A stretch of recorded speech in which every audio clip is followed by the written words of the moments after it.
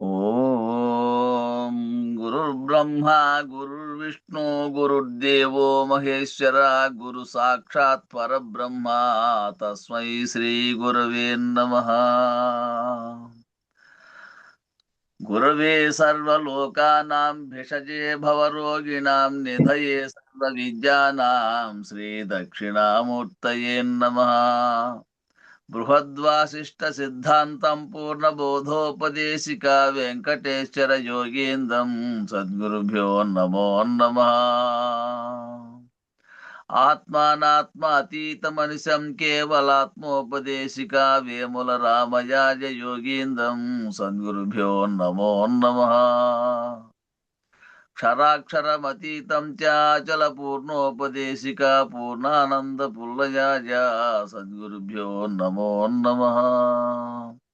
అస్మద్గురు సమారంభం కృష్ణ సాందీప మధ్యమం ఓంకార పీఠ పర్యంతం వందే గురు పరంపరం.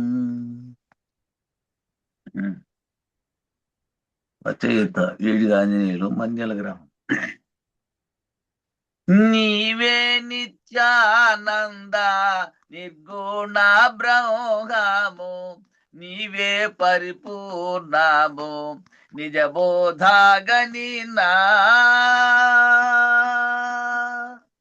నీవే సర్వ జగన్నియామక నేతవని నిన్ను నీవు తెలియక చావు పుట్టువులనడి దుఃఖ సాగరం గుణ మునిగిపోతివి. నీవే నిత్యానంద నిర్గుణ బ్రహ్మము, నీవే పరిపూర్ణము నిజ బోధాగనినా.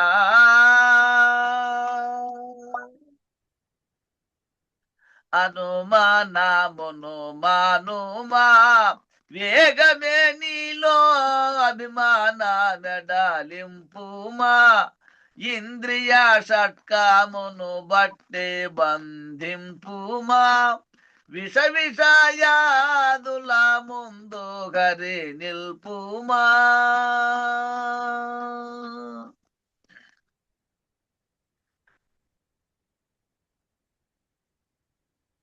విష విషయాదుల ముందు గరి నిల్పుమా, తనువు తానన కను దినంబును ఘనముగా సుజ్ఞాన భావము, తనువు మీరగ శ్రవణ మననభ్యాసమును అనుభవము చేసిన.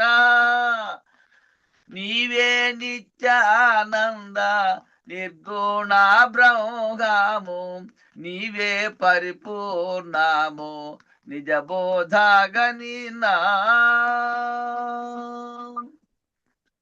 ఎండామావుల జోడాను కల్పన చేత దండి నీరై తోచును, శోధింపమార్తాండ కిరణములుండును. ఈ రీతి బ్రహ్మాండ భాండములెల్లాను లేనిదే జగం ఉండినట్టులా దోచును.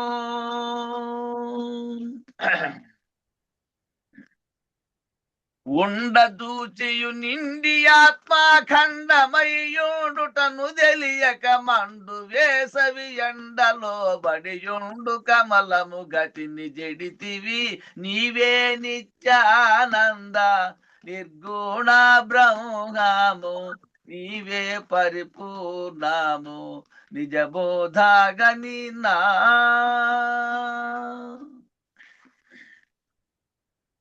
క్షీరాని రంగులాను వేరు చేయు వరకం సావిధము నాను, ఎరుక చేతాక్షరమాక్షరంబులాను పరిశోధించి క్షరమునేగా నాను. అక్షర రూప పరమాత్మనే నానుమా.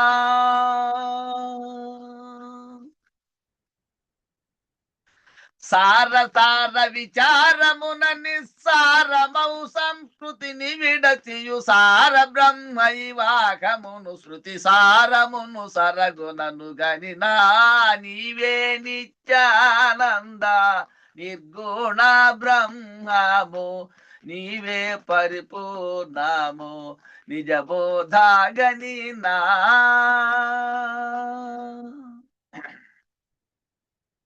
స్థిరత్వ వెడలింపుమా కారణమైన వైరాగ్యమున నిల్ముమా నిరుపమాన బోధోపరతిగాంతుమా పరమానంద వరసుఖమును జందుమా ధరణి శ్రీ బన్నీల పురవర ధాముడౌ నారాయణాయుల వర కటాక్షము గల్గినను ధర కరతలా మలకంబు మోక్షమో నీవే నిత్యానంద నిర్గుణ బ్రహ్మము నీవే పరిపూర్ణము నిజ బోధాగని నా జై శ్రీ సద్గురు ప్రభు మహారాజుకు జై పూర్ణానంద పుల్లయారులకు జై విశ్వానంద కృష్ణమూర్త్యారులకు జై గురు పరంపరముకు జై జై గురుదేవ జై జై గురు అందరికీ జై గురు గురు పరంపరంకు జై.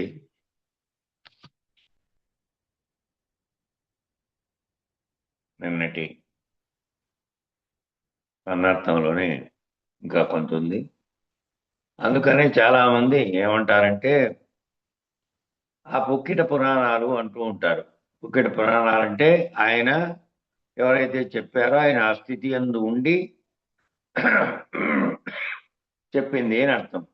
అంటే ఎక్కడి నుంచో చదివి చూసి రాసి ఇప్పట్లాగా పుస్తకాలు బట్టి కొట్టో లేకపోతే నేర్చుకొని, కేవలం నేర్చుకోవడం అంటే నోటికి వచ్చేటట్టుగా నేర్చుకొని చెప్పినవి కావవి. ఆ స్థితిలో దాన్ని అర్థం చేసుకొని చెప్పినటువంటి స్థితిలో ఉండి చెప్పారు. ఎవరికైతే అవి ఆధారంగా పనికొస్తాయో వాళ్ళకి అది పనికొచ్చి వాళ్ళల్లో ఆ రకమైన శుద్ధత ఏర్పడుతుంది. చిత్తశుద్ధి, బాండశుద్ధి, ఆత్మశుద్ధి ఇవి కలిగినప్పుడు నీలో ఉన్నటువంటి మలదోషం పోతుంది. మలదోషం పోవాలంటే తప్పక మానవుడు ఏం చేయాలి? చిత్తశుద్ధిని, బాండశుద్ధి అంటే అదే చెప్పారు. బాండం అంటే ఏదో కుండ, మామూలుగా అక్కడ చెప్పిండేది పద్యంలో కుండ అన్నట్టు పాకం చేస్తారు కాబట్టి ఇక్కడ శరీరం అనేది కూడా బాండంగా తీసుకో. ఇందులో రకరకాలైనటువంటి కర్మ ఫలితాలు ఈ బాండంలో ఇక్కడే చేస్తున్నావు, ఇక్కడే వండుతున్నావు కదా. కాబట్టి దీన్ని శుద్ధి చేసుకోవాలి. ఆత్మశుద్ధిగా ఆత్మను కూడా శుద్ధి చేసుకోవాలి. అవి కలిగినప్పుడు నీలో ఉన్నటువంటి మలదోషం పోతుంది. మలదోషం పోవాలంటే మానవుడు చిత్తశుద్ధిని, బాణశుద్ధిని, ఆత్మశుద్ధిని పొంది తీరాలి. వీటికి అమలము, విమలము, నిర్మలము అని పేరు. అమలం అంటే మలినం లేకుండా ఉండడం, విమలం అంటే విశేషంగా మలినాన్ని తొలగించుకోవడం, నిర్మలం ఇంకా ఏ మలము లేనటువంటి మలరహితమైన స్థితిలో అని 3 రకాలైనటువంటివి పెట్టాడు. ఆ బాండశుద్ధికి అమల విచార అంటున్నాడు. అట్లాగే ఆ చిత్తశుద్ధికేమో విమలము అని అంటున్నాడు.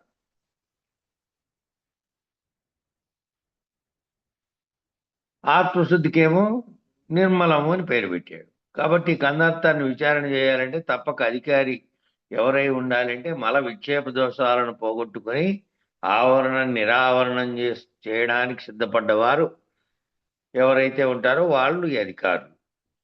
వాళ్ళు ఈ 3 రకాలైనటువంటి శుద్ధి పొందినటువంటి వారి స్థితిలో ఉండాలి.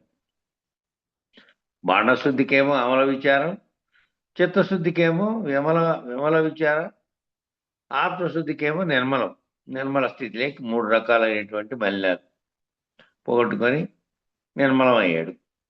కాబట్టి ఆ 3 విక్షేప ఆవరణ దోషాలు 3 పొందినటువంటి వాళ్ళు నిరావరణంగా చెందినటువంటి వాళ్ళు, నిరావరణ భావంతో ఉన్నటువంటి వాళ్ళు అధికారులు అంటున్నారు. సరే, వాళ్ళకి ఏమని చెప్తున్నారు?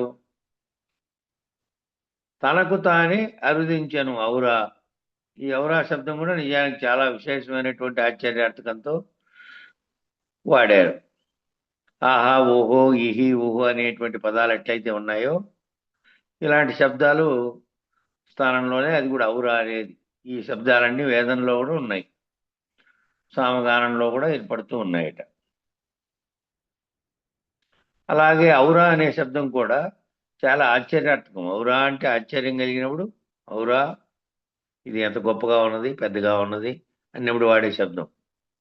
ఔరా ఎంతటిది ఈ ఎరుక, ఎంతటిది ఈ మాయ అని విశేషమైనటువంటి సమాధినిష్ఠులైనటువంటి వాళ్ళను కూడా అబ్బరపరచగలిగేటటువంటి, ఆశ్చర్యపరచగలిగేటువంటి శక్తి కలిగినటువంటి దానికి మూలాపకృతి అఖండ ఎరుక అని పేరు. ఎంత మాయ ఎంతటిది, ఔరా ఎంత ఈ ఎరుక ఎంతటిది ఈ మాయ అని విశేషంగా దాన్ని చెప్పదలిచినప్పుడు ఔరా అనే పదం వాడారు. సమాధినిష్ఠులైనటువంటి వాళ్ళను కూడా నేనే బ్రహ్మమును, నేను ఈ సర్వవ్యాప్త చైతన్య స్థితిలో ఉన్నదాన్ని, బయటికి కంటికి కనపడేటువంటి నామరూపాత్మక జగత్తు అనే భావనలో నుంచి, జీవుడు అనే భావనలో నుంచి పోయి ఈశ్వరుడు అనే భావనలో అఖండ ఎరుకగా నిన్నమైన వాడిని కూడా మళ్ళీ పడదోయడానికి కూడా శక్తి ఉంది దానికి. కాబట్టి ఆ అఖండ ఎరుక అనే స్థితిలో నుంచి కూడా దాటిపోయిన వాడైతే ఇంక మళ్ళీ అశరీరుడై ఇంక మళ్ళీ రావడానికి పడడానికి అవకాశం లేదు. కానీ లేకపోతే ఇది ఎటువంటి దాన్నైనా సమాధినిష్ఠున్నైనా వాళ్ళని కూడా అబ్బురపరచగలిగి ఆశ్చర్యపరచగలిగేటువంటి శక్తి ఉంది దీనికి, ఈ మూలా ప్రకృతి అఖండ ఎరుక అనే దానికి. ఆ మూలా ప్రకృతికే అఖండ ఎరుక అని పేరు. అందుకని ఔరా అన్న శబ్దాన్ని వేశారు అన్నమాట. దానికి ఉన్నటువంటి దివ్యత్వాన్ని, దానికి ఉన్నటువంటి మంచి లక్షణాలను, సులక్షణాలను పోగొట్టే ఈ మధ్య కాలంలో సినిమాలలో వాటిని తామసికమైన రాక్షస పద్ధతిలో ఈ ఔరా శబ్దాన్ని వినియోగించిన సందర్భాలు నేటి యుగంలో నేను కాలంలో చూస్తున్నాం. ఔరా అనేది ఏదో మామూలుగా చూసుకుంటే చూసే వాళ్ళకి తిట్టులాగా అన్నట్టు, భాషలోని అర్థం తెలియకపోతే పోరా రారా అనే శబ్దంలాగే ఔరా అనే శబ్దం ఏముంటుందేమో అన్నట్టు అనుకుంటారు. ఇక సినిమా పాటలకు వాళ్ళకేమి ఇది లేదు కాబట్టి వాళ్ళు ఇష్టం వచ్చిన రీతిలో వాడుకుంటారు కాబట్టి పదాలని అట్లా వాడారు ఈ పదాన్ని, ఔరా అనేదాన్ని. నిజానికి ఔరా అనే శబ్దం అంత విశేషమైనటువంటిది, అందుకనే వాడారు. మనమంతా ఔరసపుత్రులం. ఔరా, ఔరా అన్న శబ్దం నుంచే ఆరా అన్నది కూడా వచ్చింది. ఈ ఔరసపుత్రులు ఎవరైతే ఉన్నారో వాళ్ళందరూ బ్రహ్మమానస పుత్రులుగా ఉన్నటువంటి వారు. ఈ ఔరసము అంటే అర్థం ఏమిటంటే బ్రహ్మానందం, ఆ బ్రహ్మ జ్ఞానమునకు ఔరసం అని పేరు. ఔరసము అంటే బ్రహ్మ జ్ఞానానికి పేరట. కాబట్టి అంత విశేషమైనటువంటి శబ్దం ఔరా అన్న ప్రయోగం చేశారు అక్కడ. నిజానికి తనకు తానే అరుదించిన ఔరా అనే పదం ప్రయోగం చేశాడు ఆయన కృష్ణ ప్రభువులు. మరి ఔరా అన్నది యాక్చువల్గా సంస్కృత శబ్దం. నిజానికి సంస్కృత శబ్దం, అది తెలుగు శబ్దం కాదు.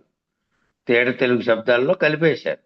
చాలా వరకు ఇప్పటికి కూడా 30% తెలుగు పదాలలో 30% దాకా అవే ఉన్నాయి. దానికి ప్రత్యామ్నాయం ఏమీ రాలే, కవులు ఏమి కొత్తవి కనిపెట్టలేదు. కాబట్టి ఆ అక్షరాలే, ఆ పదాలు కొన్ని 30% వాడుకుంటున్నాం, 70% తెలుగు పదాలు. ఔరా అన్న ఆశ్చర్యార్థకంగా వేశారు. సూచన అన్నమాట. ఇప్పుడు తెలుసుకోవాలి, పెద్దల సూచనలన్నీ ఎట్లా ఉంటాయంటే మార్మికంగా ఉంటాయి, ప్రాణప్రదమైన పదాలతో మార్మికంగా ఉంటాయి. వాటిని గుర్తుపట్టగలిగేటువంటి శక్తి ఉండాలన్నమాట.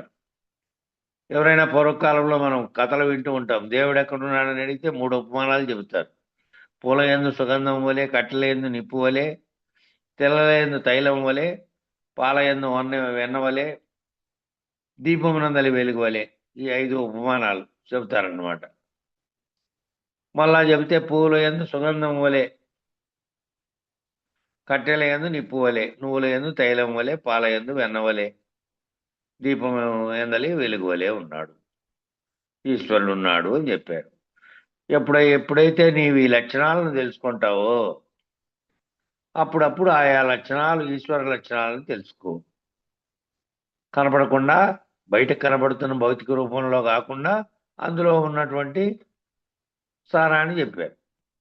ఆ పువ్వుల్లో వాసన ముక్కు తగులుతుంది, కానీ ఇలా ఉంటుంది, దాని రంగు ఏమిటి, రుచి ఏమిటి ఏం తెలియదు, వాసన ఒకటి తెలుసు. పువ్వు ఏమో ఆకారంగా ఉంది, కానీ దాంట్లో వాసన తెలియబడుతోంది, కంటికేం కనపడదు. కట్టె లేదు నిప్పు కూడా, కట్టె ఉంది అంటే కట్టెలో నిప్పు ఉంది, కానీ తెలియబడదు. అది వచ్చినప్పుడు అది దానికి రాపిడి జరిగినప్పుడు అంటుకుంటుంది. నువ్వులు ఎందు తైలం కూడా అంతే, దాంట్లోంచి బయటికి తీస్తే వస్తుంది, లేకపోతే బయటికి కనపడకుండా దాగి ఉన్న స్థితిలో ఉంది. పాల ఎందు వెన్నవలే, పాలలో మామూలు రూపంలో కనపడదు, దానికి అనేకంగా చేస్తే ఆఖరికి వెన్న వస్తుంది. దీపం అంటించి పెడితే ఆ దీపం చుట్టూ వెలుతురు వస్తోంది. దీపం భౌతిక రూపంలో ఉన్నప్పటికీ వెలుతురు అనేది వెలుగు అందజేస్తోంది. వెలిగించక ముందు దీపమే ఉంది, కానీ వెలిగిస్తే వచ్చింది వెలుగు. అట్లా ఉన్నాడు ఈశ్వరుని లక్షణాలు అవి అనేది తెలుసుకో. శరణాగతి గురించి ఒక ప్రైవేట్ సాంగ్లో పాడేటప్పుడు ఆ ఘంటసాల వెంకటేశ్వరరావు పాడిన పాటని ఉదాహరణ చేశారు ఇక్కడ.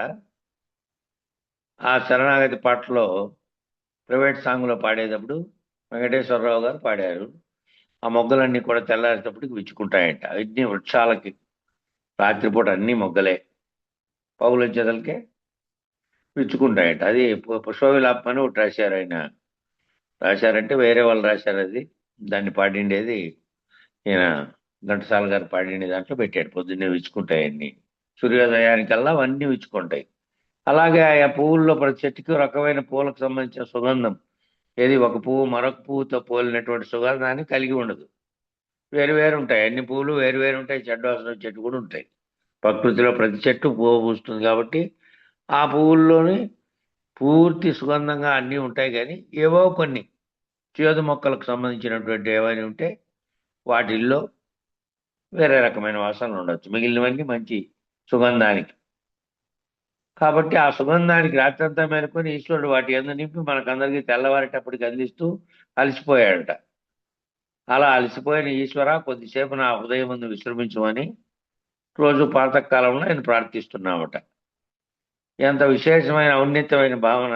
ఈ భావన చెంది రాసినటువంటి వాళ్ళేమో రాస్తే ఆ ఘంటసాల గారు పాడారు దాన్ని. మనందరి ఆనందం కోసం, జీవులందరి ఆనందం కోసం ఈశ్వరుడు రాత్రంతా శ్రమించి ప్రకృతి యందు సుగంధాలను నింపి తెల్లవారేసరికి అందిస్తున్నాడట. ఎంతో శ్రమ చేస్తున్నాడు. దీని కర్త ఎవరు? విజ్ఞాన శాస్త్రవేత్తలంతా ప్రకృతిని నేచర్ అని అంటూ ఉంటారు. ప్రకృతి అంటే నేచర్, మరి మనం ఈశ్వరుడు అంటాం. ఎందుకంటే అది శరీరంగా ఉంది ప్రకృతి, ఆయనకు అది శరీరంగాను, దాంట్లో ఉన్నటువంటి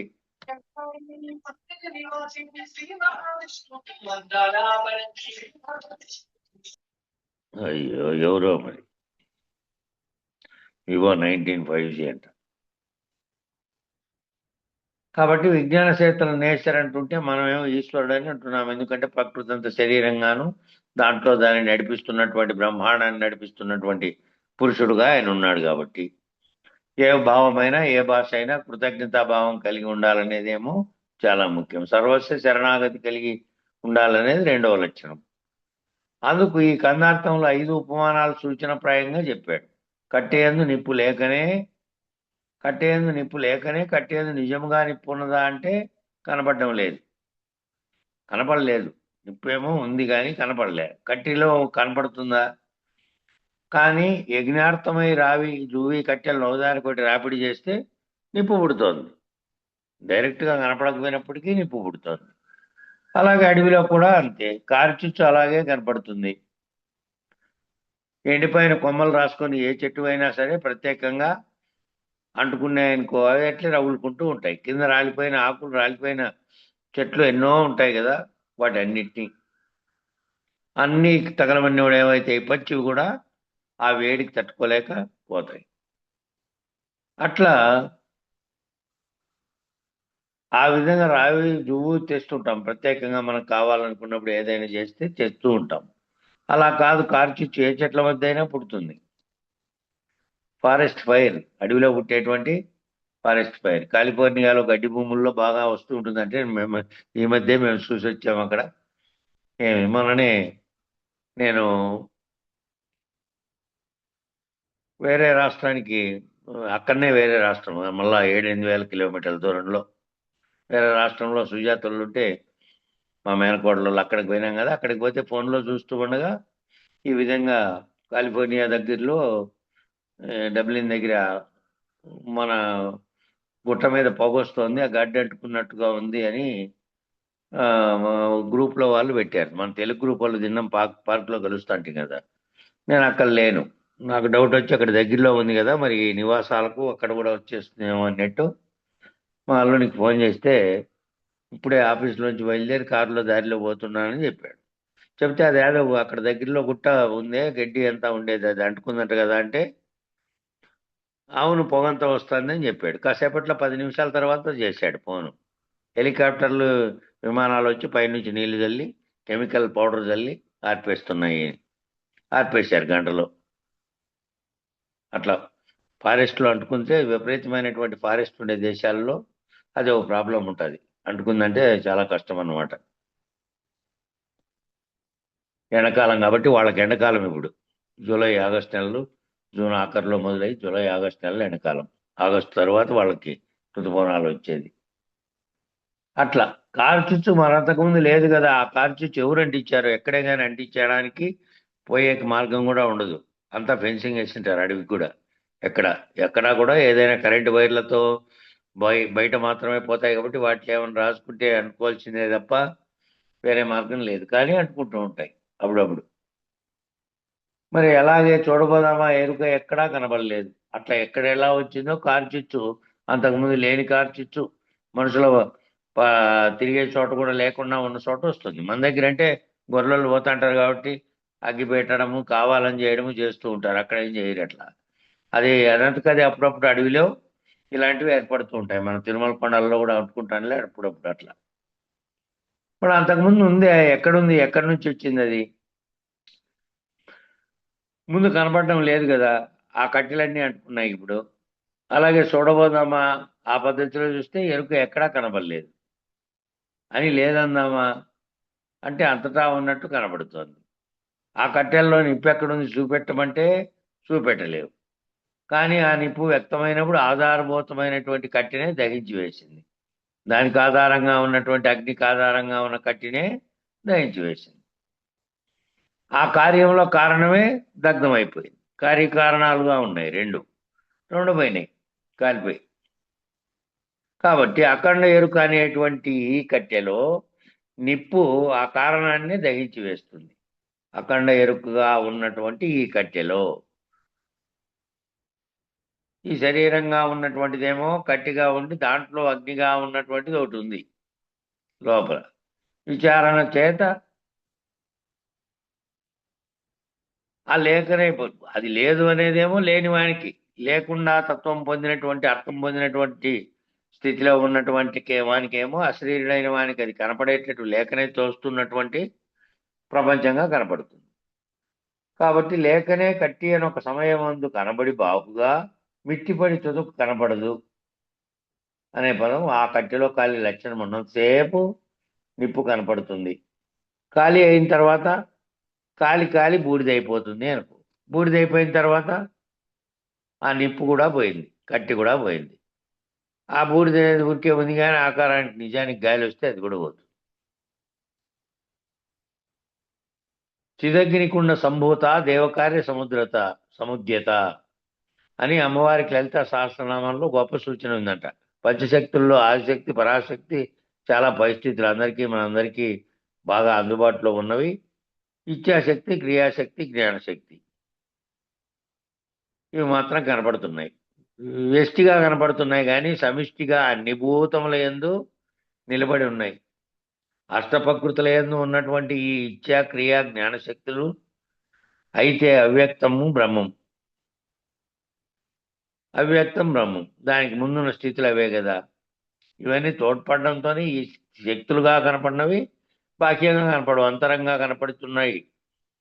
వాటితోనే అవి కలయికతోనే కారణ వస్తువులుగా ఉండి బ్రహ్మాండం ఏర్పడడానికి ఉపకరించినటువంటివన్నీ అవి. బ్రహ్మణోర్ అవ్యక్తాన్ అవ్యక్తాన్ మహత్ మహదోర్ మహదంకార అని మన దాంట్లోనే చెప్పారు, సాంఖ్యంలోనే చెప్పారు. బ్రహ్మ అవ్యక్తంగా ఉండగా అవ్యక్తంగా ఉన్న బ్రహ్మకు మహత్ అనే తోడై మహదంకారం అనేది వ్యక్తమైంది. అది ఆదిశక్తిగా పిలుస్తున్నారు. ఆ మహదంకారం వ్యక్తమై సృష్టికి కారణమైనటువంటి కింద ఉన్నవన్నీ ఇచ్ఛాశక్తి, జ్ఞానశక్తులు అవన్నీ కూడా మళ్ళా కిందవే. ఆ మొదటి పుట్టిన ఆ శక్తి మహదంకారం.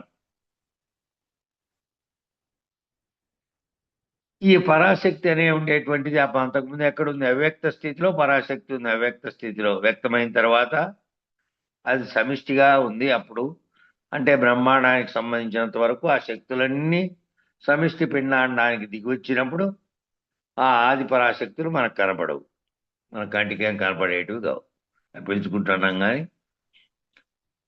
ఇంతకు చెప్పిన ఉదాహరణలోనే అవ్యక్త స్థితిలో ఉన్నటువంటి సమిష్టి పిండానికి ఉన్నాయి.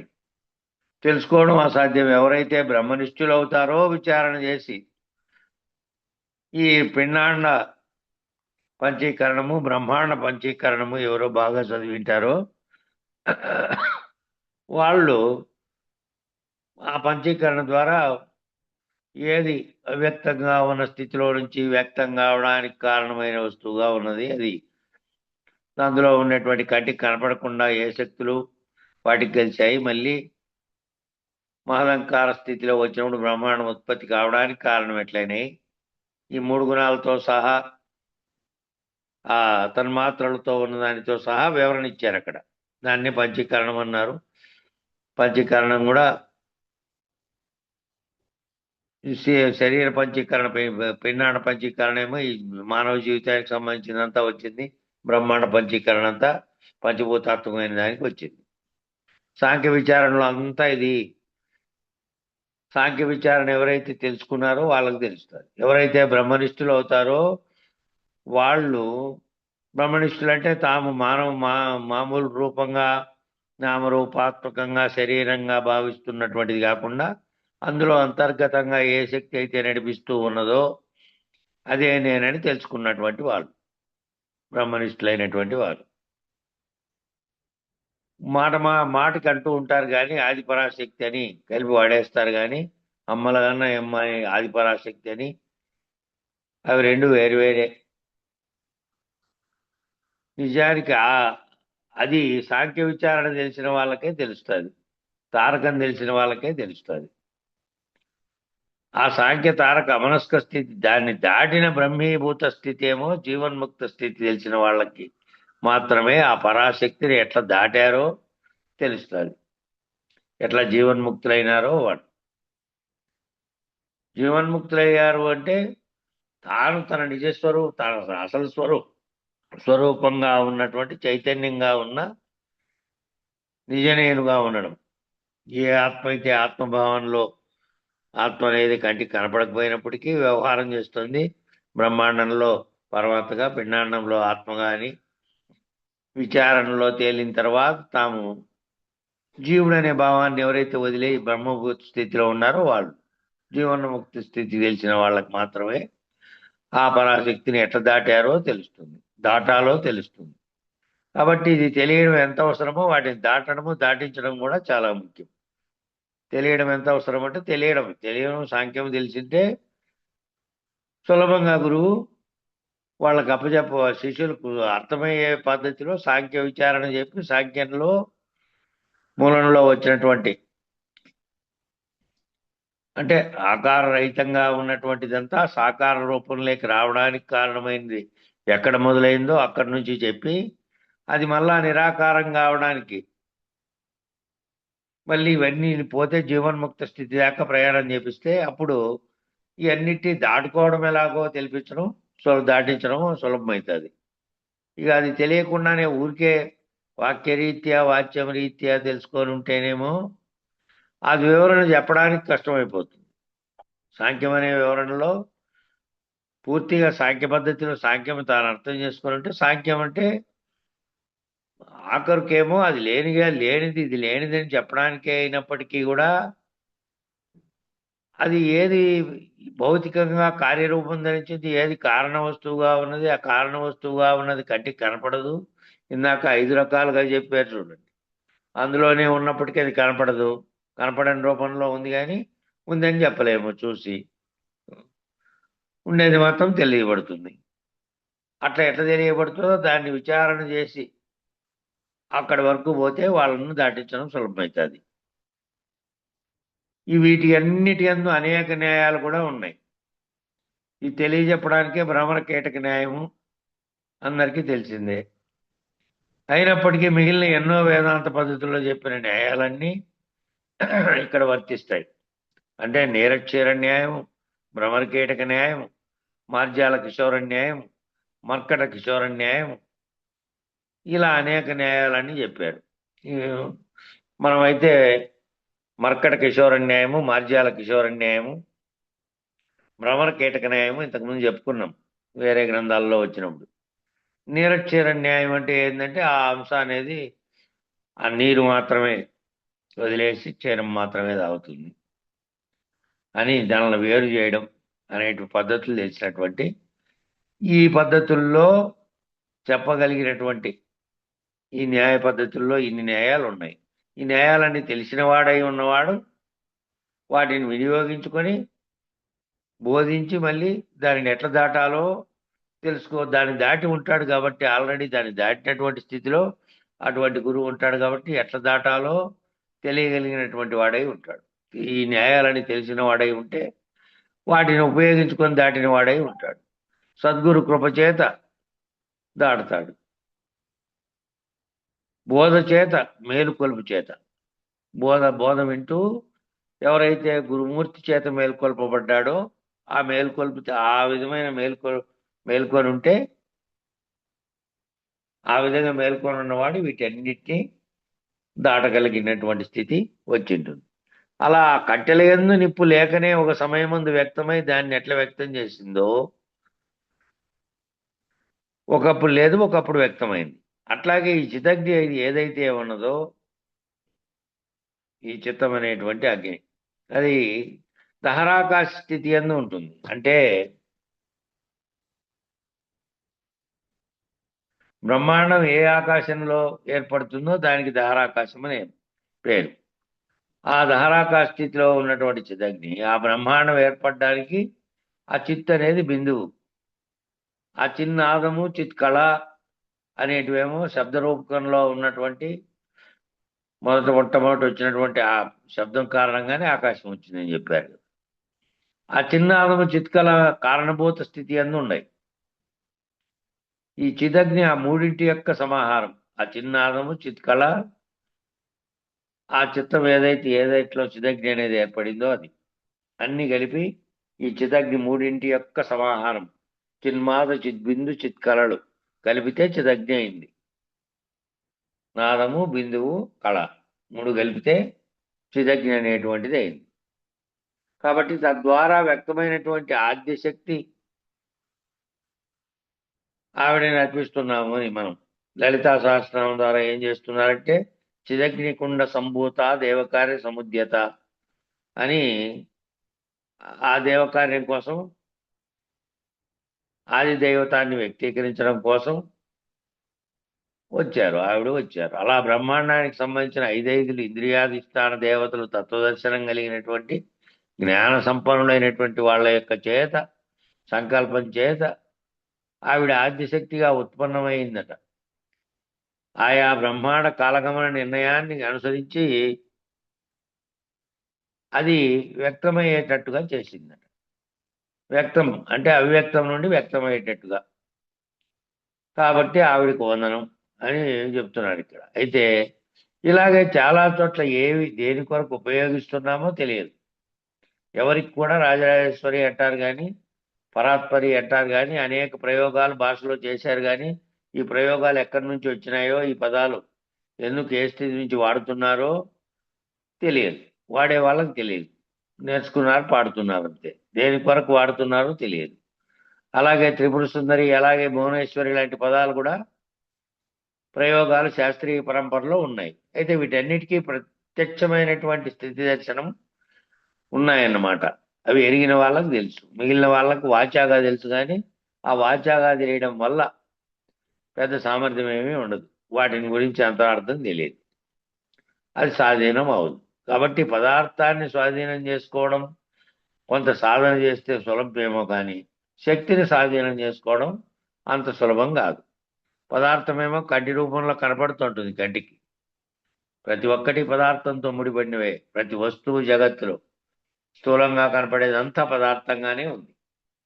కానీ దాంట్లో శక్తి ఉంది అనేది కానీ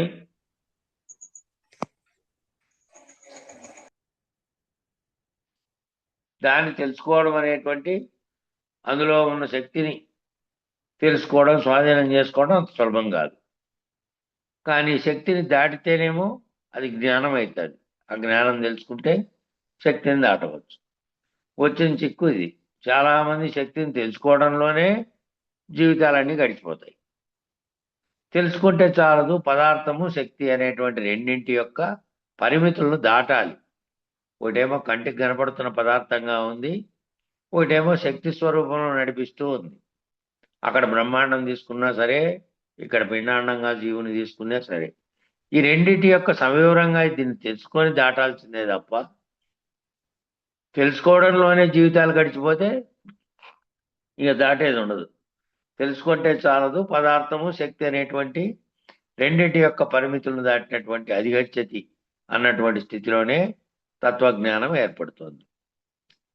ఈ రెండే, ఈ పదార్థము శక్తి. ప్రపంచంలో సైన్స్ అంతా దీని మీదే తిరుగుతుంది. సైన్స్ కూడా పదార్థము శక్తి, ఒకటి పదార్థంగా ఉంది, ఒకటి శక్తిగా ఉంది, ఒకటి కార్యరూపంగా, ఒకటి కారణ రూపంగా ఉంది. రెండింటిని దాటాలి అనేటువంటిదే. ఆ రెండింటిని దాటితేనే అఖండ ఎరుకను దాటినటువంటి స్థితిలో ఈ కంటికి కనపడుతున్నది, కనపడకుండా లోపల ఉన్నది అంతర్గతంగా అప్పుడప్పుడు ఉండి వ్యక్తమయ్యేది రెండూ లేనటువంటి స్థితిలో అప్పటి వరకు తత్వజ్ఞానం తెలుసుకోవాలి. అధిగచ్చతి అంటే అధిగమించడం, అంటే అదే అధిగమించడం. ఆ స్థితిలో నుంచి అధిగమించడం అంటే అఖండ ఎరుకను దాటడం. కాబట్టి ఆ దాంట్లో తత్వజ్ఞానం ఏర్పడుతుంది. కాబట్టి శ్రీ విద్యకు బ్రహ్మ విద్య అని పేరు, బ్రహ్మ విద్య అని పేరు. అందుకని ఆ ఉపాసనా ద్వారం ద్వారా నీకు బ్రహ్మ విద్యను అందిస్తుంది అది. కాబట్టి ఇవన్నీ ఏమిటండి, ఇదంతా ఎందుకు చెప్తున్నారు అని అంటే, ఇదంతా ఎందుకు, మనం ఊరికే కన్నార్థ చదువుకుంటే ఒక్కోదానికి ఇంతింతనా, ఇవన్నీ ఇన్ని లోపాలు, ఇంత లోపం లేకపోయారు అని అంటే, ప్రతిపదానికి విస్తృతంగా అనేకమైన అర్థాలు ఉన్నాయి. కాబట్టి అనేకమైన అర్థాల్లో ఏది ఏదాని పోలికలో ఎక్కడెక్కడ వాడారో ఆ దానికి సంబంధించినటువంటి వేదాల్లో పురాణాలు చదివిన వాళ్ళకి తెలుస్తూ ఉంటుంది. కాబట్టి కొంతవరకు ఈ గ్రంథం రాసిన ఆయన వాటి లోతుల్లో దాకా పరిశీలన చేశాడు కాబట్టి అందించిండొచ్చు. కాబట్టి ఇవన్నీ ఏమిటండి, ఎందుకు చెప్తున్నారంటే, ఇవన్నీ చిదగ్నిలో భాగమే. ఈ అపరావిద్య పరావిద్య అనే రెండు సంగతులు ఏవైతే ఉన్నాయో, రెండు పారంపర్యములు, అవి కూడా చిదగ్నిలో భాగమే. విద్య, విత్ అనే ధాతువు నుంచి ఆ చిదగ్ని యొక్క లక్షణం. ఇదంతా ఎందుకు చెప్తున్నామంటే, కట్టెలో నిప్పు వలె, అంతకుముందు అది ఉందా అంటే లేదు. ఆ అవ్యక్త స్థితిలో, ఆ పర అన్న స్థితిలో లేదు. పర అనే స్థితిలో అది లేదు. తనకు తానే వచ్చింది, తనకు తానే వ్యవహరించింది, తనకు తానే భిన్న బ్రహ్మాండములన్నింటినీ ఏర్పరిచింది, తనకు తానే పరిణమించింది, మళ్ళీ తనకు తానే లేకుండా పోయింది.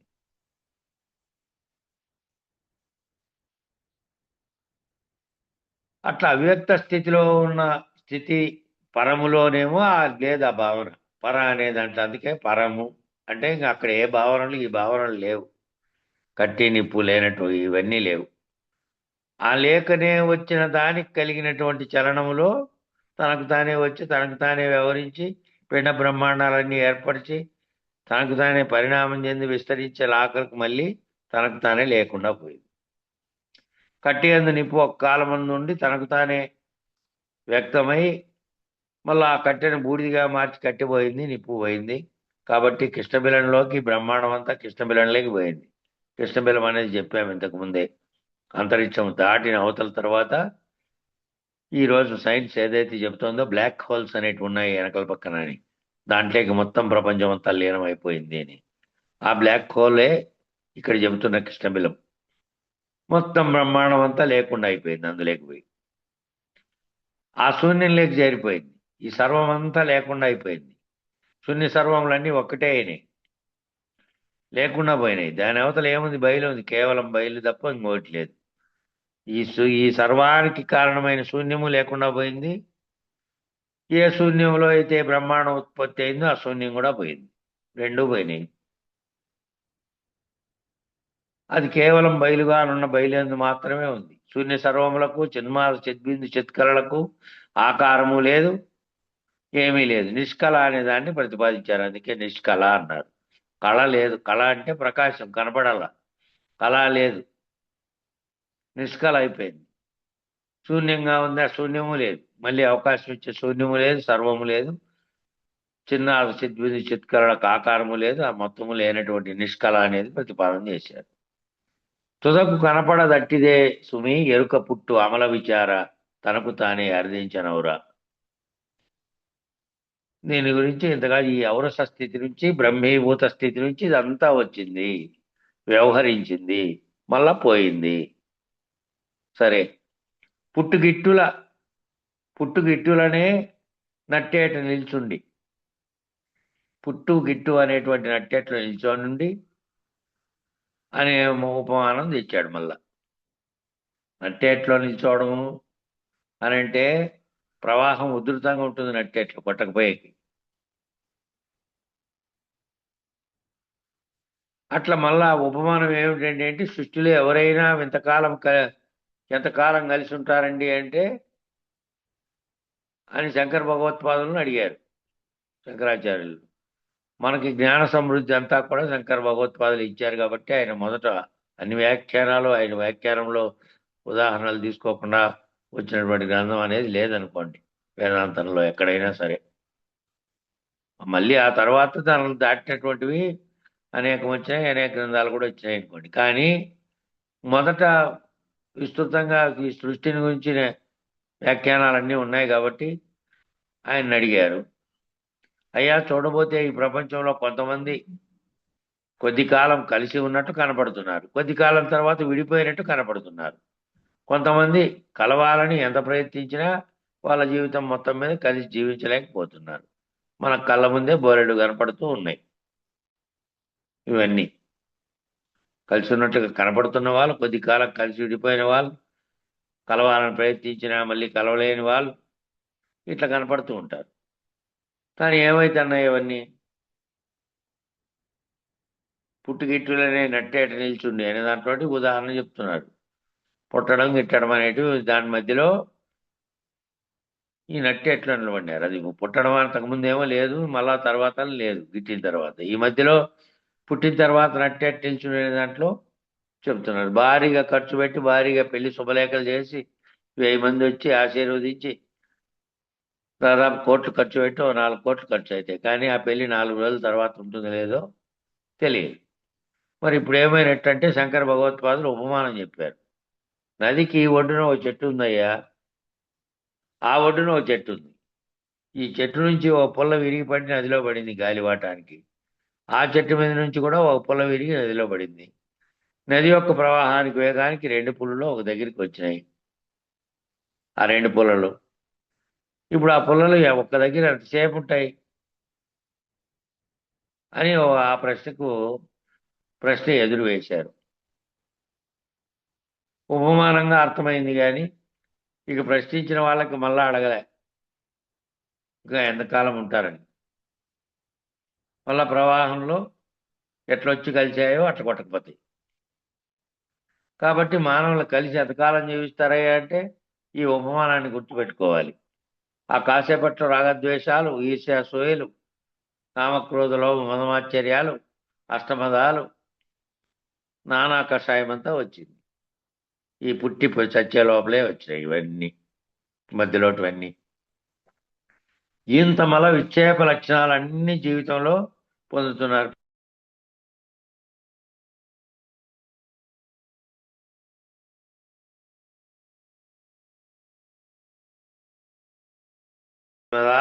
లోపల వచ్చి చేరి నానా రకాలుగా పోతామనేది తెలిసినప్పటికీ, ఇట్లా సృష్టిలో కోటాను కోట్ల మంది పుట్టిపోయారని తెలిసినప్పటికీ, జీవితంలో ఏమైనా మార్పు చేసుకున్నారంటే ఏంది లేదు. అందరూ ఎట్లా వ్యవహరిస్తున్నారో మళ్ళీ వ్యవహరించడమే. దీంట్లో నుంచి బయటపడదామనేటువంటిది లేదు. ఇంత బల విక్షేప లక్షణాలన్నిటినీ జీవితంలో పొందుతున్నారు. అందుకని ఇంత మాత్రం దానికి ఎందుకయ్యా నీవు వేదన చెందుతావు? ఇంత మాత్రం దానికి ఎందుకు వేదన? కాతత్ర పరివేదన సంయోగాచ్చ వియోగాచ్చ కాతత్ర పరివేదన. ఎందుకు ఏడుస్తావయ్యా అని చెప్పారట. ఎందుకు ఈ పరివేదన అంతా? అసలు నువ్వు ఏడవలసినటువంటివి కొన్ని ఉన్నాయి. దేని కొరకు పుట్టావో, ఏం తెలుసుకోవాలనుకున్నావో, ఏ నిర్ణయాన్ని పొందాలనుకున్నావో, ఏది పొందితే అది శాశ్వతమైనటువంటి జ్ఞాననిష్టను అందిస్తుందో, ఏమండి ఈ నేర్చుకోవడం అనేది కొద్దిగా లైట్గా నేర్చుకుంటే చాలదా, ఇంత డెప్త్లో నేర్చుకోవాలా అనే వాళ్ళు కూడా ఉంటారు. మళ్ళా పక్కదారి పట్టించే వాళ్ళు ఉంటారు, రకరకాల వాళ్ళు ఉంటారు. ఇప్పుడు అంత లోతుగా ఎందుకు తెలుసుకోవాలి? ఇంత లోతుగా పోవాలనా? మరి ఏది పొందాలి? మరి అది ఏది పొందితే అది శాశ్వతమైనటువంటి జ్ఞానాన్ని అందిస్తుందో అట్లా నేర్చుకోవాలి. శాశ్వతమైనటువంటిది రావాలి, తాత్కాలికమైనటువంటిది కాదు. ఊరికే తాత్కాలికమైన దానికి ఏంటికి ఏడుస్తావు? ఏడవలసిన అవసరం లేదు. మరి దేని కొరకు పుట్టావో ముందు అది ఏం తెలుసుకోవాలనుకున్నావో, ఏ నిర్ణయాన్ని పొందాలనుకున్నావో, ఏది పొందితే ఇంక నువ్వు శాశ్వతమైన జ్ఞానాన్ని అందిస్తుందో అది నేర్చుకోవడం. అది కూడా ఎట్లా నేర్చుకోవాలి? పైన నేర్చుకోవడం కాదు. అంత డెప్త్ ఎలా నేర్చుకోవాలి, ఇంత డెప్త్గా నేర్చుకోవాలా అనే పదం వాడాడు. డెప్త్ అంటే లోతు. ఇంత లోతుగా తెలుసుకోవాలన్నా అనే వాళ్ళు కూడా కొందరు ఉంటారు. కాబట్టి లైట్ డెప్త్ అనేది, లైట్ అంటే పైన, లైట్గా అంటే తేలిగ్గా అని తెలుగులో అర్థం. డెప్త్ అంటే లోతుగా. అసలు లైట్ అండ్ డెప్త్ అనేవి వేదాంతానికి పనికి వస్తుందా అనేది కూడా ఒకటి ప్రశ్న. ఇదేమన్నా భుక్తి విద్య? ఇదేమన్నా భుక్తి కలగజేసే విద్య? ఇది ఏదో 35 మార్కులు వస్తే పాస్ అయ్యి చేద్దాంలే, లేకపోతే 60 మార్కులు వస్తే సర్టిఫికేట్ ఇద్దాంలే అని చెప్పడానికి ఇలా ఇవేం పనికిరావు. మామూలుగా క్లాసులో కొట్టే వాళ్ళు కూడా 90% వస్తున్నాయి. వాళ్ళు కొట్టి, స్కూల్లో కొట్టి, క్లాసులో కొట్టి, మళ్ళీ ఆడ రూమ్లో వేసి తోమి లక్షల ఫీజు కట్టి బట్టి కొట్టి వానికి అబ్బా 90 వచ్చినాయని సంబరపడుతున్నారు. దానికి సంబంధించిన జ్ఞానం వచ్చిందో లేదో అవసరం లేదు. ఇంకా మార్కులు వచ్చాయా, సర్టిఫికేట్ వచ్చిందా లేదా అని. మళ్ళా వ్యవహార జీవితంలో ఏమీ ఉండదు దానికి సంబంధించిన నాలెడ్జ్. అంతగా మార్కులు వచ్చాయి కానీ అంతగా తెలివి ఉంది అంటే లేదు. కాబట్టి దాని కొరకే పుట్టవలయు అంటుంది కందార్థం. ఏ జ్ఞానం పొందాలో దాని కొరకే మానవ జన్మ ఎత్తావు, అందుకై జ్ఞానం కోసం పుట్టినవాడై ఉండాలి. అట్లా పుట్టినవాడైతే ఈ మధ్యలో ఏడుపులన్నీ అవసరం లేదు. ఎందుకు పుట్టావో, ఎందుకు ఏ నిర్ణయం తెలిస్తే ఈ సర్వమును దాటినటువంటి దుఃఖాలన్నీ పోయేది తెలుసుకోగలవో అక్కడి వరకు ప్రయాణం చేయాలి. అంత లోతుగా తెలుసుకునే స్థితిలోకి పోవాలి. జ్ఞానం కోసం పుట్టినవాడై ఉండాలట. అట్లాగే కందార్థంలో, ఈ కందార్థంలో కూడా ఇది శంకర భగవత్పాదులు ఏ ఉపమానం చెప్పారో ఇంతకుముందు పైన చెప్పిన సంయోగాచ్చ వియోగాచ్చ కాతత్ర పరివేదన అని.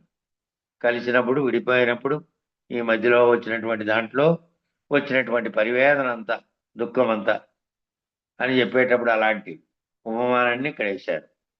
ఏమిటయా అంటే నట్టేట ఉన్నాడంట. నట్టేట్లేకి వచ్చావు పుట్టి, ఎక్కడ దాటుకుంటావు? ఇంకా కొట్టుకొని పోతావా? ఎక్కడో పక్కకు దాటుకుంటావా?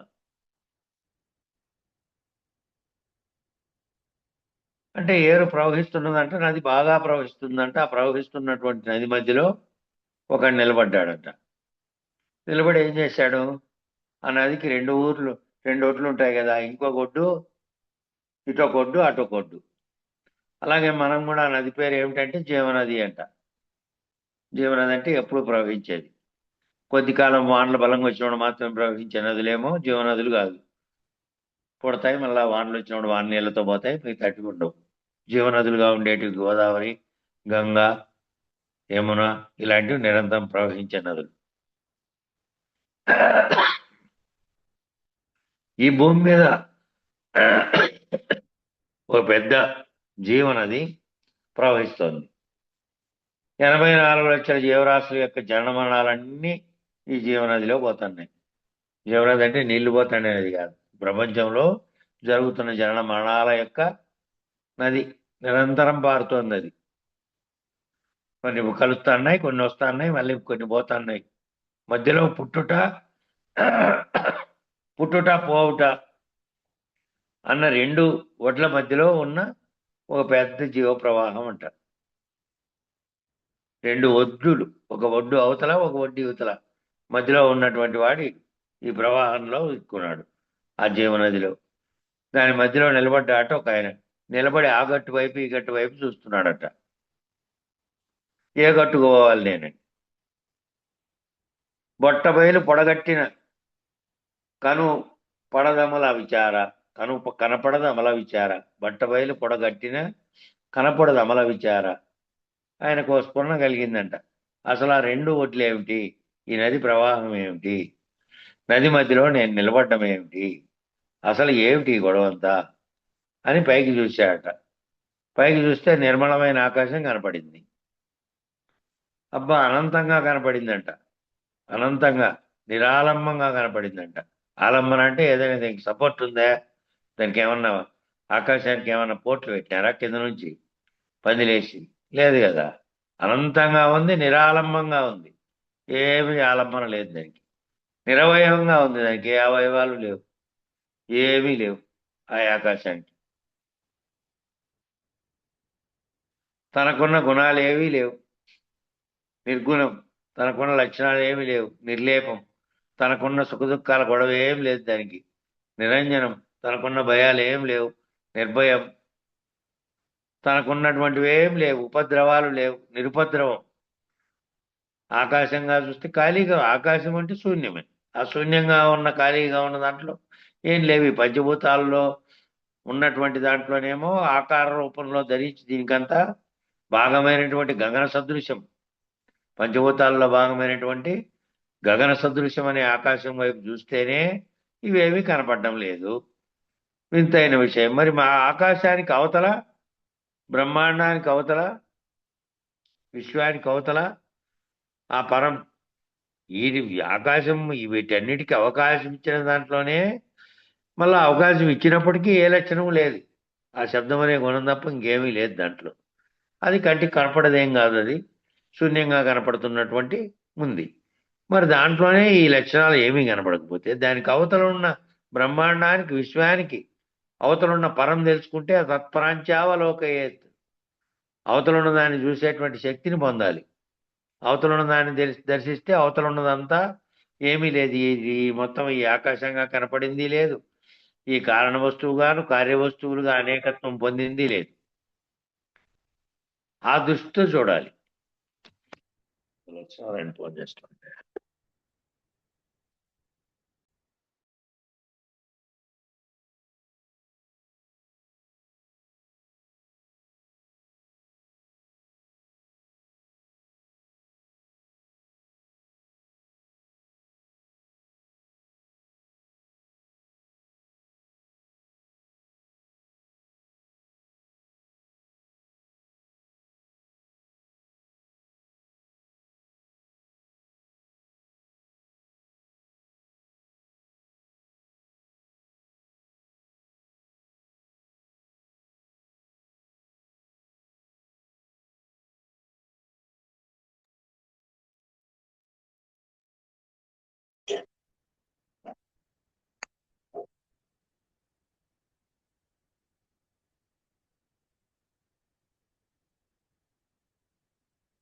అందులో ఏం సౌండ్ రాకుండా అయిపోయినాయి.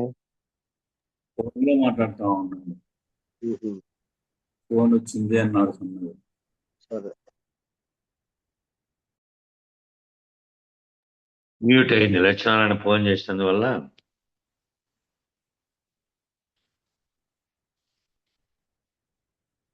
కాబట్టి ఈ రీతిగా అన్నిటికీ కారణభూతమైనటువంటి వాస్తవికమైనటువంటి సత్య నేనును ఇక్కడ పోయింది, పేపర్ మారిపోయింది. కాబట్టి ఈ తత్పరాజ్యావలోక అవతల ఉన్నదాన్ని చూసేటువంటి శక్తిని పొందావు. ఆ దృష్టితో చూసావు. చూస్తే ఆకాశంలోకి వెళ్ళాడు, చంద్రమండల స్థితి నుంచి భూమి మీద ఉన్నటువంటి నదిని చూశాడు. ఎలా కనపడిందంటే ఓ చిన్న దారంలా కనపడింది, సన్న పేలికలాగా కనపడింది. ఇప్పుడు దాని ఒడ్డు, దాని మధ్యలో నది ప్రవాహం కొట్టుకుపోవడం, ఇదంతా ఏమైనా ఉందా? ఆ స్థితి లేకపోతే సంగత్వం ఉందా? ప్రభావితం అవుతుందా? కొట్టకపోతాననే భయం ఉందా? ఏం లేదు. అక్కడికి పోయి చూస్తే, పైకి పోయి చూస్తే ఏమీ లేదు. కాబట్టి ప్రభావితం ఏమీ అవటం లేదుగా. అలాగే బుద్ధిబలంతో, ప్రజ్ఞాబలంతో, ధీ విశేషంతో, చైతన్య పరిణామంతో, చైతన్య వికాసంతో అధిగమించినటువంటి స్థితి నుంచి చూడడం అలవాటు చేసుకో. ఇవన్నీ లేనివని తెలుసుకో. ఆ బయలు స్థితి అందు నిలకడ చెందు. ఆ బయలు స్థితిలో ఇవన్నీ ఏమీ లేవు. ఈ కింద కనపడినవన్నీ కింద ఉంటేనే, ఈ కింద భావన చెందితేనే, ఈ భావనతో ఏ చైతన్య పరిణామం ఈ సర్వం ఉన్నట్లుగా కనిపించే దృక్కులోంచి ఈ దృశ్యం కనపడుతోందో ద్రష్టకు, దాన్ని అధిగమించిన స్థితిలోకి పోయి చూడు. అందుకని విశేషంతో చూడు. ధీ విశేషంతో, చైతన్య పరిణామంతో వికాసం చెంది చూడమంటున్నాడు. అటువంటి వికాసంతో, జ్ఞానంతో ఆ స్థితి నుంచి చూడడం అలవాటు చేసుకుంటే ఇవన్నీ లేవు. మరి ఆ బయలు స్థితి అందు నిలకడ చెందితే బట్ట బయలు పొడగట్టిన కనపడదు అమల విచార. బట్ట బయలు అనే స్థితిలో నువ్వు పొడగడితే నువ్వు ఇదంతా కనపడదు. అమల విచార అంటే మలినము లేకుండా మలినాలన్నింటినీ తొలగించుకున్నటువంటి విచారణతో తాను తొలగించుకున్నటువంటి అమల విచార. తనకు తానే అరుదించిన ఔరా. ఇదంతా తనకు తానే అరుదించిపోయింది అని అర్థమైపోతే ఈ చావు పుట్టుకలనే ఒడ్లు లేవు, ఈ జీవనది లేదు, అసలు జీవనమే లేదు. అంతా మృష, అంతా భ్రాంతి. తాత్కాలికంగా ఈ మధ్యలో పుట్టేపటి నుంచి పోయేదాకా వచ్చినటువంటి బ్రహ్మ. నేను పుట్టాననటం బ్రహ్మ, నేను ఎన్నో బ్రహ్మాండాలు బద్దలు కొట్టాను అని చెప్పుకునే అభిమానం భ్రమే. నేను పోతాను, నేను పోయానని అనడం కూడా పెద్ద భ్రమ. కాబట్టి ఎప్పుడు పుట్టానో తెలియదు, ఎప్పుడు వ్యవహరిస్తున్నానో తెలియదు, ఎప్పుడు పోతున్నానో తెలియదు, ఎప్పుడు పోతామనేది తెలియదు. ఎప్పుడు పోతుందో ఉన్నట్టుండి పోతుంది. ఎందుకని అంటే నేను సనాతనుడని. అందుకని ఆ నేను అసలైనటువంటిది ఏదైతే భావన చెందుతుందో ఆ సనాతనంగా ఉంది. ఉన్నది ఒక్కటే సనాతనంగా, మిగిలిందంతా కదలిక చేత వ్యాప్తి చెంది ఉన్నట్టుగా భ్రమింపజేసి మళ్ళీ వచ్చిపోయిండేదే.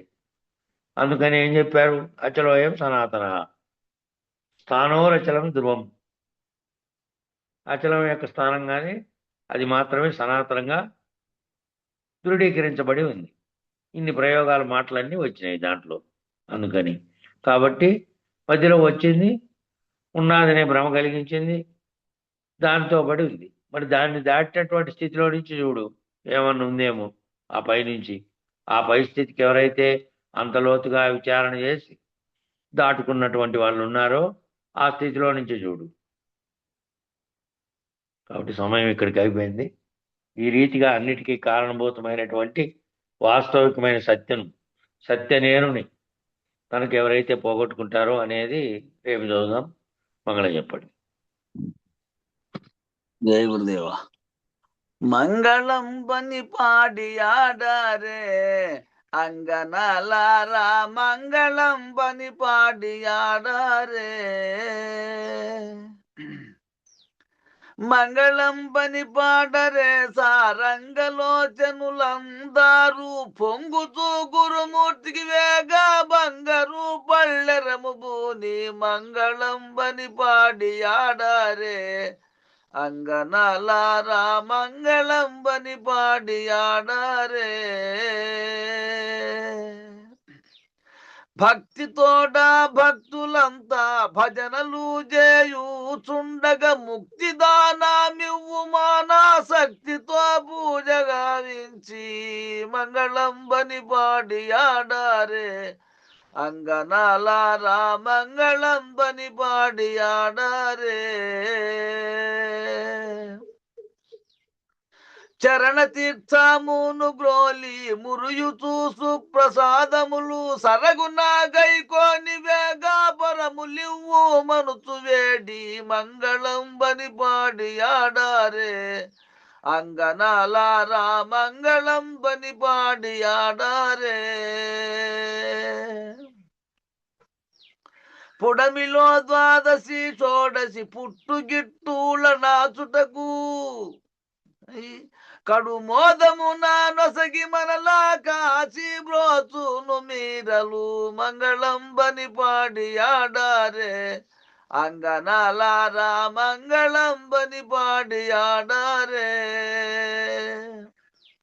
భాగవత శ్రీకృష్ణ గురుడు బాగుగా లక్ష్మణదాస త్యాగిరా రమ్మని నిల పిలిచి జాగు చేయక వరమొసగు మంగళంబని పాడి ఆడారే అంగనాలారా మంగళంబని పాడి ఆడారే. జై శ్రీ సద్గురు ప్రభు మహారాజుకు జై. పూర్ణానంద పుల్లయార్యులకు జై. విశ్వానంద కృష్ణమూర్త్యార్యులకు జై. గురు పరంపరముకు జై. జై గురుదేవ.